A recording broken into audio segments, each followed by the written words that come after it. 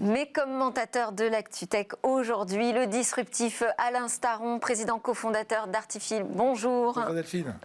Et Christophe Holnet, senior advisor chez Apax Partners, infidèle également de Smartech. Et puis nous aurons en visio avec nous, bonjour, pardon Christophe, et nous aurons en visio avec nous Vincent Olivier, qui est le fondateur de Métier 360. C'est une solution de découverte des métiers en réalité virtuelle. Alors lui, il a passé sa journée d'hier à Laval Virtual, qui est le salon de la VR. Et je lui poserai des questions sur les tendances, mais surtout, quel est le modèle économique qui peut bien émerger pour la VR. On va commencer d'abord ensemble en plateau avec les principales actualités. J'ai noté notamment les recommandations du Conseil de l'Europe sur les images à caractère sexuel auto-générées par les enfants. C'est un sujet dont on ne parle pas beaucoup et qui pourtant est en forte augmentation. Ça s'est aggravé avec les confinements, avec des enfants qui sont davantage exposés. Là, on a un rapport qui nous donne la situation dans 43 États européens. C'est 77% de matériel à caractère sexuel autogénéré par les enfants de plus qui a été constaté. Est-ce que vous connaissiez déjà ce phénomène? Est-ce qu'on avait été sensibilisé à cette question? Oui, je crois qu'on est tous sensibilisés à ça, puisque voilà, au travers de nos enfants, des enfants de nos amis, on voit la difficulté aujourd'hui d'éduquer des jeunes enfants dans ce monde numérique. À titre personnel, il y a 15-20 ans, on était un peu inquiet de voir les enfants faire de la messagerie sur MSN autour de l'ordinateur familial auquel on avait tous accès. Aujourd'hui, évidemment, la problématique est d'une toute autre ampleur. Ce rapport du Conseil de l'Europe, que moi j'ai un peu découvert et qui en fait n'a pas grand-chose à voir ni avec l'Union européenne ni avec le Conseil européen. Oui, ça regroupe un ensemble de pays européens très large, la Russie en moins depuis quelques temps, depuis l'invasion de l'Ukraine.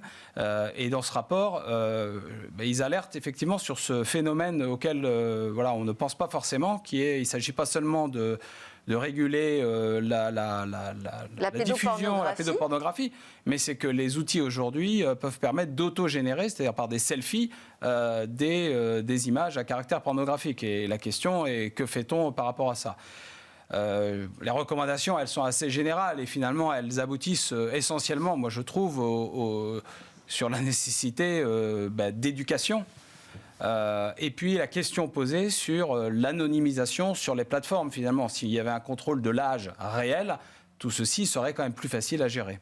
Et puis la question aussi de l'extorsion, parce que là, il s'agit aussi de pouvoir avoir de nouveaux moyens pour mener des enquêtes, sans pour autant pénaliser, j'allais dire, ou s'en prendre directement aux enfants qui sont propriétaires finalement de ces images. C'est un sujet très très complexe. Très très touchy, parce qu'en plus, effectivement, il faut faire la part des choses entre l'enfant en pleine conscience, si tant est qu'un enfant peut être en pleine conscience, et l'enfant manipulé. Oui. Et de ce que j'ai lu du texte, c'est le deuxième cas qu'il s'agit de poursuivre, mener des enquêtes. Discrètes, c'est précisé. Ah oui, il faut préserver autant que possible, mais on parle à des enfants dont la conscience est justement en progression constante au long de ces années, donc c'est extrêmement compliqué. C'est extrêmement compliqué, et là, le fondement de tout ça, c'est que face au virtuel, on perd toute limite. Nous tous, Il n'y a plus d'éthique, de juge de paix, de contraintes sociales qu'on a nous tous dès qu'on se voit. Et donc, du coup, ça laisse libre à toutes les dérives. Oui, puis bon, c'est une forme d'éducation, d'auto-éducation sexuelle pour les enfants qui ne sont pas forcément conscients des dangers, de l'exploitation qui peut en être faite à la suite. Ce que ça révèle aussi, c'est la complexité de la coopération entre les États, puisque finalement, la lutte contre les crimes dans l'espace numérique engage une coopération très très forte entre les États, et on s'aperçoit que ce n'est pas évident. Il y a très peu de partage spontané d'informations, même entre les États membres. C'est ce que nous dit ce rapport sur ces affaires qui sont toujours transnationales. Face à des plateformes qui sont, elles, mondiales. Voilà, alors, vous vouliez dire autre chose, Christophe? Ok, on enchaîne avec Meta. Ça fait longtemps qu'on n'a pas parlé de Facebook. Donc là, on reste quand même sur le dossier, j'allais dire, de la protection des données personnelles. Meta a pris la décision d'interdire dorénavant le partage d'adresses personnelles, d'adresses physiques, même si cette adresse peut être trouvée facilement sur Internet. Ça, c'est une décision qui a été prise à la suite de recommandations de son conseil de surveillance. Intéressant. Il y a donc une action du conseil de surveillance qui pèse sur les décisions de Meta aujourd'hui. Les dernières, ils avaient pris 9 sur 300 mails saisis. Donc ils ont été saisis de 300 000 problèmes, ils ont pris 9 décisions. Donc c'est quand même pas, il n'est pas très prolifique. Non, jusqu'ici, ces recommandations de ce conseil, il n'y a aucune obligation de la part de Facebook de les suivre. Et je pense que le mot même conseil de surveillance est probablement pas le bon terme, parce qu'il n'y a pas du tout la dimension, le cadre légal qu'il y a avec un supervisory board ou un conseil de surveillance. C'est plus une sorte d'advisory board, puisqu'il est composé de personnalités indépendantes, personne de Meta, personne de Facebook, aucune obligation de Facebook de suivre les recommandations. Donc il s'agit mais néanmoins, c'est un conseil qui est évidemment très suivi médiatiquement. Et donc, concilier l'indépendance à laquelle sont probablement attachées les personnalités qui sont dans ce conseil avec la médiatisation et la transparence des communications et le fait que fait, Facebook ne fait pas grand-chose par rapport à ça, c'est un peu compliqué.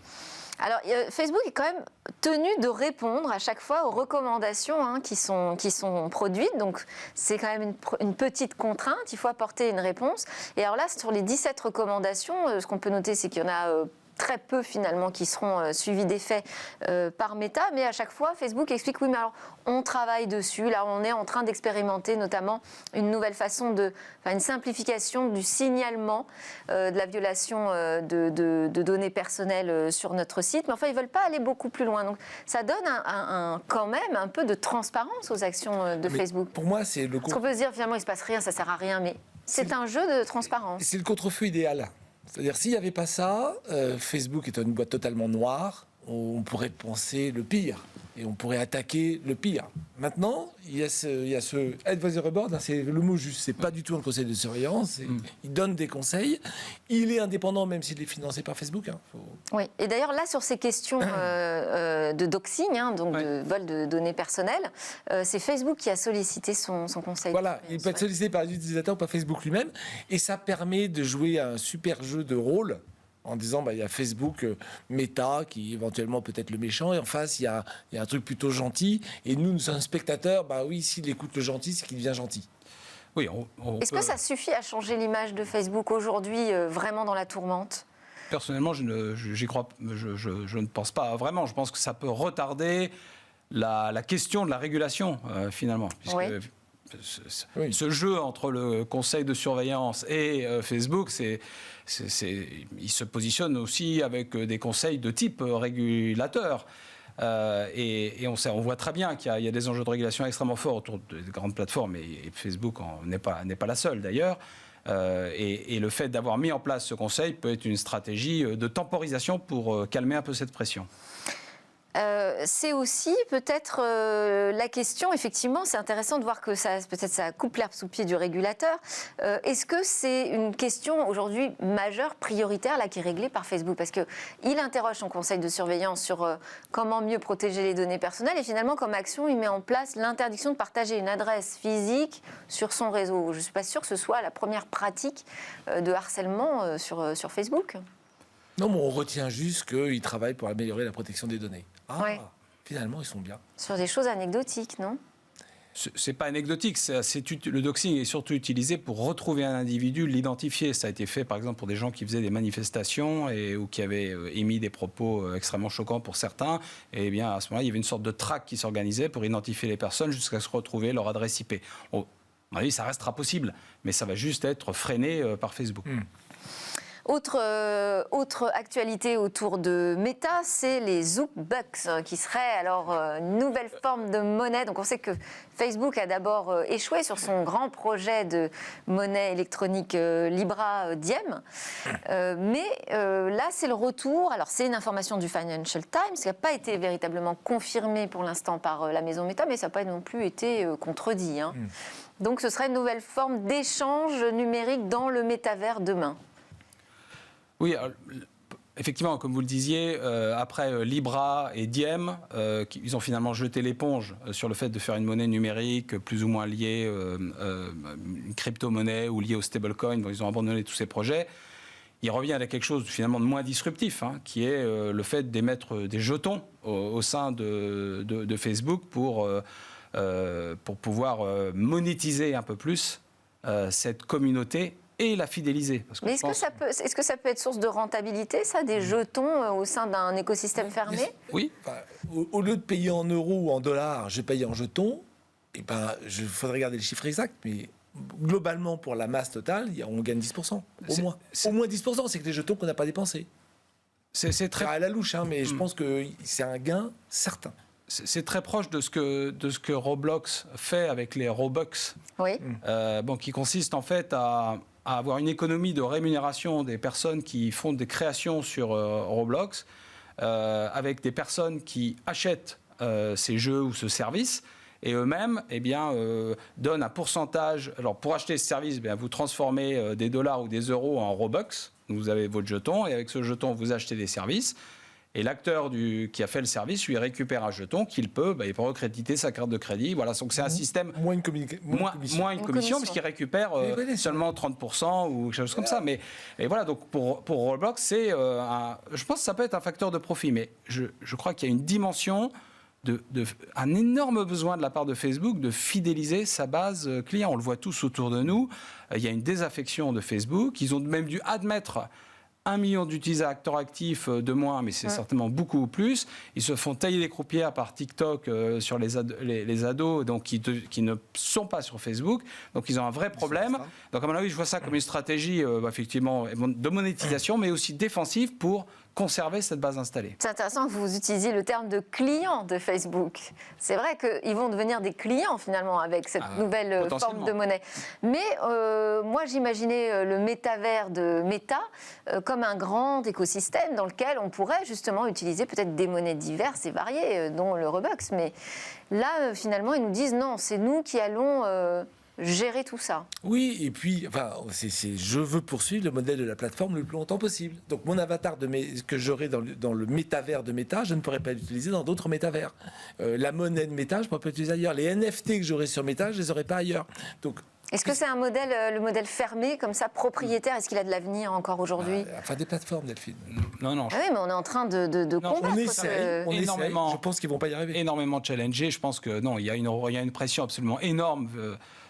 Indépendamment des régulateurs, mais des acteurs pour que ce soit plus ouvert et qu'il y ait des passerelles entre ces différents outils. On voit d'ailleurs aujourd'hui sur toute la vague Web3, c'est une vague où finalement la décentralisation renaît. C'est l'objet même du Web3. C'est la décentralisation. J'ai lu récemment aussi qu'il y avait vraiment un énorme problème aujourd'hui pour Facebook, Google de garder des ingénieurs. Il y a une vague, une sorte de grande démission ou de grande migration vers le monde des cryptos, le monde du Web3, le monde des NFT. Jacques Dorsey qui a quitté Twitter pour aller...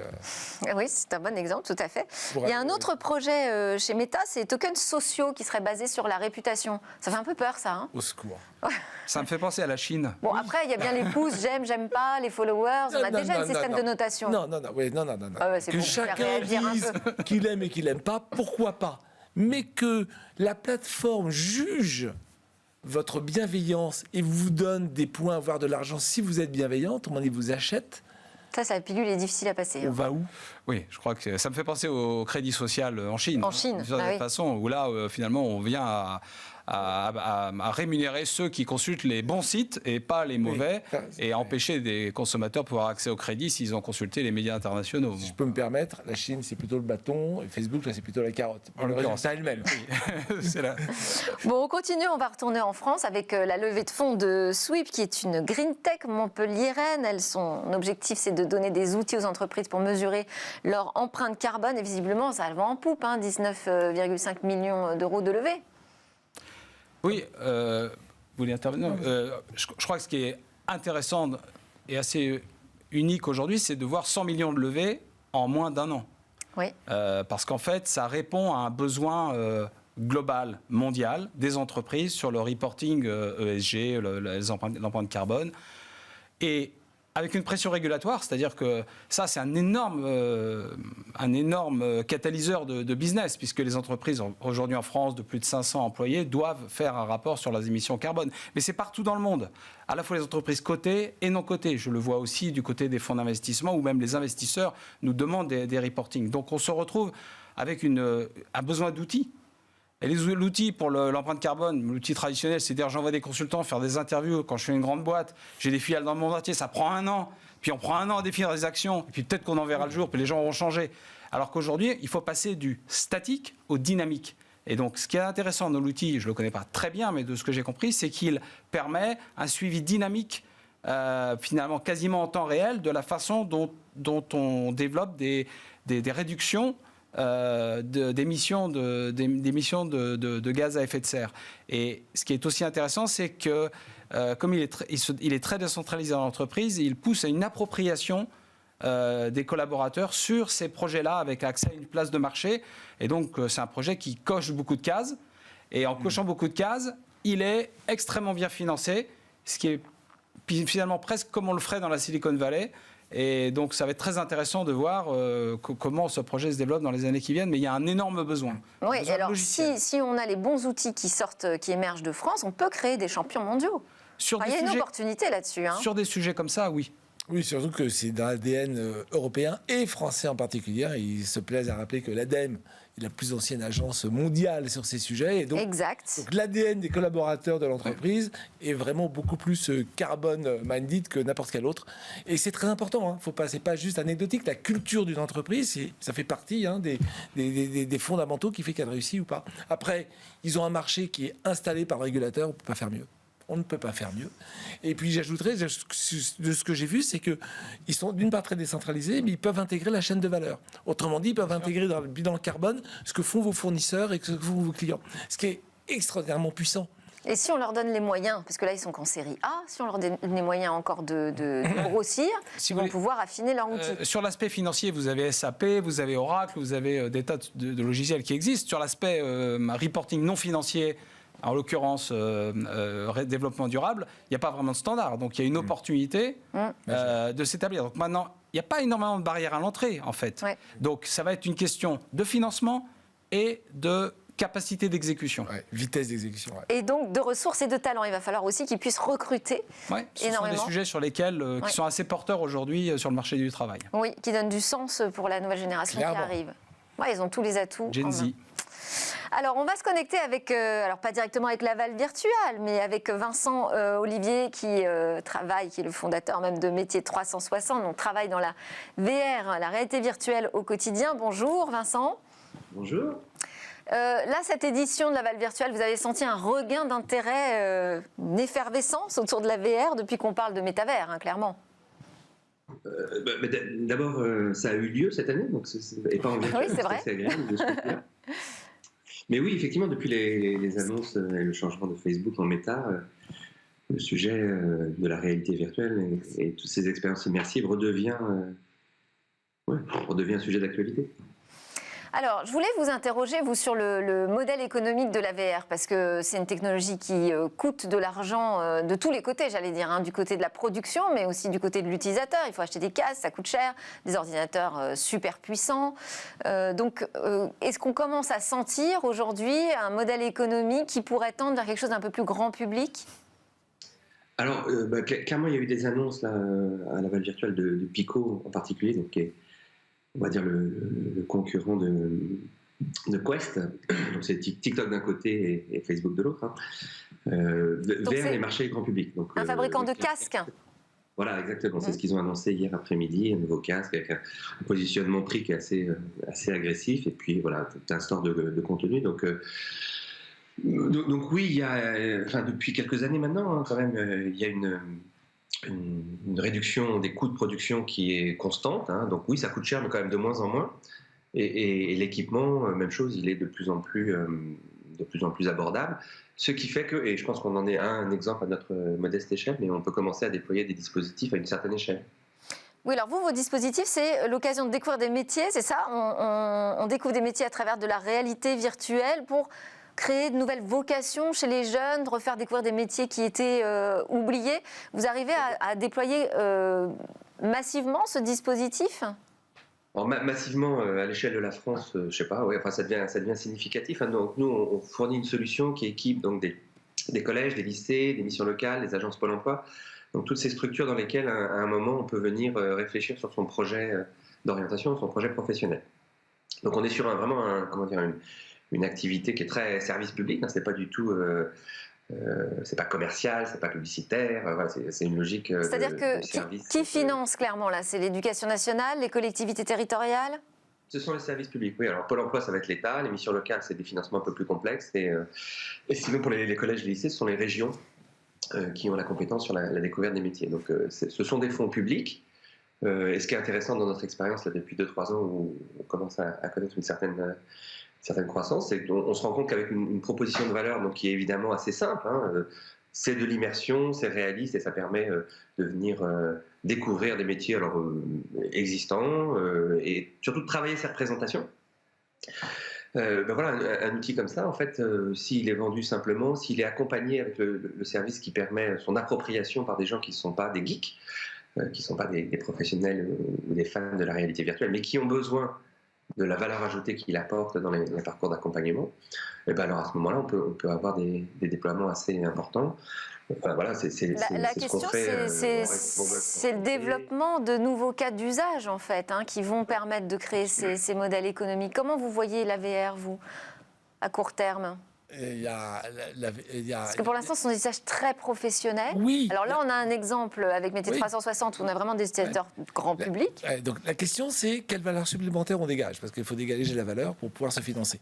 Il y a deux grandes filières. Il y a la filière, je dirais industrielle ou enfin, ce que fait monsieur dans l'institutionnel, mais c'est pareil, grâce à ces outils de VR, j'améliore ma productivité, enfin voilà, je peux mieux me faire découvrir des métiers, voilà, je peux mieux faire des simulateurs. Je crois beaucoup à la data vise en 3D, enfin c'est ce qui est en amont de la data science. Et puis le deuxième sujet, c'est l'entertainment. Regardez l'industrie du jeu. Donc c'est le coup d'après dans les consoles. Donc là, on peut écrire tout de suite combien ça peut rapporter, parce que le marché du jeu, on connaît sa croissance. Je crois qu'effectivement, il faut distinguer le B2B du B2C dans le domaine business. Moi, je crois que c'est déjà d'actualité. J'ai vu notamment, vous voyez, il y a ce concept de jumeau numérique qui existe dans l'industrie. Dans tout type d'industrie, il peut permettre, je vais vous donner un exemple, par exemple, de pouvoir offrir un service de maintenance à distance en permettant, par exemple, à un agriculteur en Touraine qui est avec son tracteur qui est en panne, pouvoir appeler un centre de service qui a le jumeau numérique, et il y a des solutions qui existent. Vous pouvez mapper la vidéo que vous faites avec votre iPhone sur l'outil avec son jumeau pour pouvoir déterminer bien si c'est une panne qu'il peut éventuellement réparer lui-même.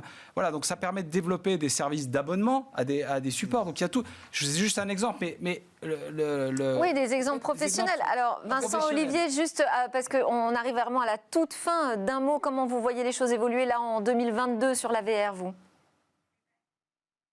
Beaucoup d'appétit et puis des expériences simples qui fonctionnent sans encore être dans la complexité des NFT, des crypto-monnaies, etc. Il y a d'autres voies qui sont possibles et qui existent déjà. Eh ben, vous avez raison de le préciser. Avant les NFT, effectivement, il y a plus simple, il y a la VR. Merci beaucoup.